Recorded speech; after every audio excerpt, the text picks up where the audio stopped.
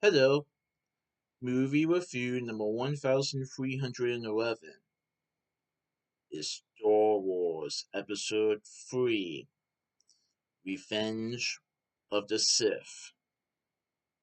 Star Wars Episode 3 Revenge of the Sith is a 2005 movie directed by George Lucas, who previously directed the Star Wars Episodes 1, 2, and 4. And so this movie is in the prequel trilogy that takes place before the events of A New Hope. And this movie is the last movie in the prequel trilogy. The original trilogy showed you Luke Skywalker, Princess Leia, and Han Solo. The prequel trilogy shows us the characters that basically existed before the original trilogy. You get to see more of Obi-Wan or Ben Kenobi and Anakin Skywalker, who eventually becomes Darth Vader. And I will say, since the movie does lead into the original trilogy, that this movie does have Anakin Skywalker eventually becoming Darth Vader. So this movie has 20th Century Fox and Lucasfilm Ltd. Productions, and I saw this movie on April 26, 2025 at ACX Cinema 7 in Blue Ash, Ohio, as part of its 20th anniversary. This movie came back to theaters for a limited time for its 20th anniversary, and I finally got a chance to see this in movie theaters, and I enjoyed it. I saw this movie before at home, but I never got to see it in the movie theater, so it was really nice to see that. So, this movie takes place 3 years since the Clone Wars began, and Jedi Master Obi-Wan Kenobi and Jedi Knight Anakin Skywalker rescue Chancellor Palpatine from General Grievous, the commander of the droid armies. But Grievous escapes. Suspicions are raised within the Jedi Council concerning Chancellor Palpatine, with whom Anakin has formed a bond with. As the spy on the Chancellor and full of bitterness toward the Jedi Council, Anakin embraces the dark side. So you know how we first see Anakin Skywalker becoming a child in Episode 1, and there were moments when you think that he could eventually lead to a darker path? Well, this is when Anakin Skywalker leads into a darker path. As Padme Amidala is pregnant and is about to have his baby, but Anakin is having dreams and visions that Padme won't survive childbirth.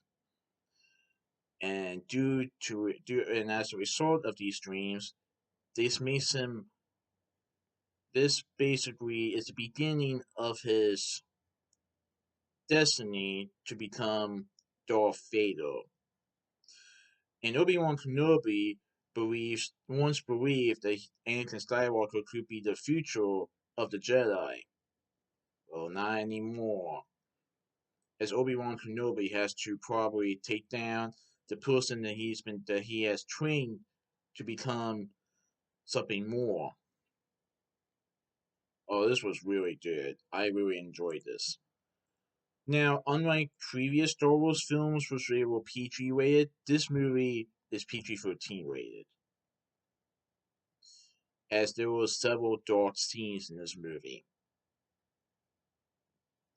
So, this movie has Ewan McGregor as Obi-Wan Kenobi, Natalie Portman portraying Padme Amidala, Samuel L. Jackson as Mace Windu, Jimmy Smits as Bail Organa, Anthony Daniels portraying C-3PO, Kenny Baker portraying R2-D2, Frank Oz portraying Yoda, Hayden Christensen portraying Anakin Skywalker / Darth Vader, Ian McDiarmid portraying Palpatine, also known as Darth Sidious, and Christopher Lee portraying Count Dooku / Darth Tyrannus.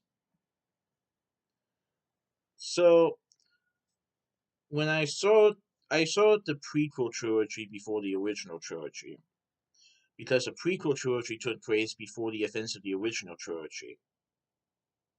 Now, I knew who Darth Vader was before seeing the prequel trilogy, but it was interesting to see how Anakin Skywalker, who was first a kid in the first episode, and then became a more of a teenager slash adult in the second and third films, you get to see how he eventually became known as Darth Vader after everything that happened in these three movies.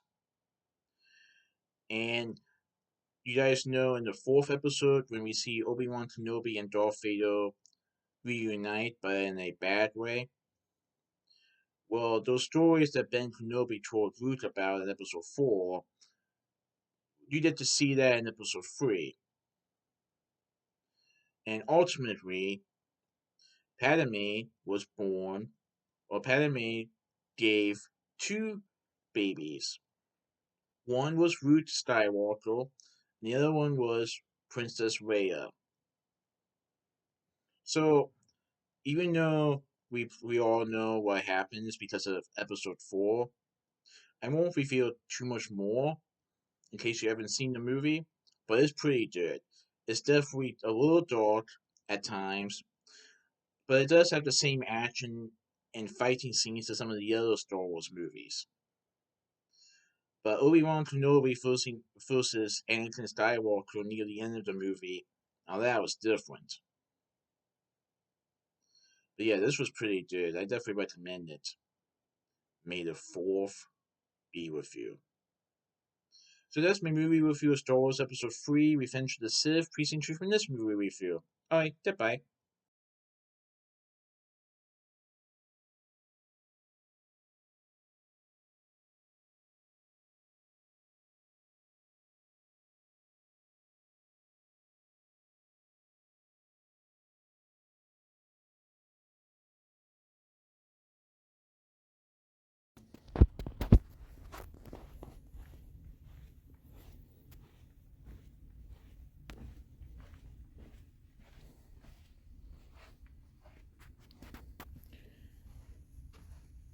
Star Wars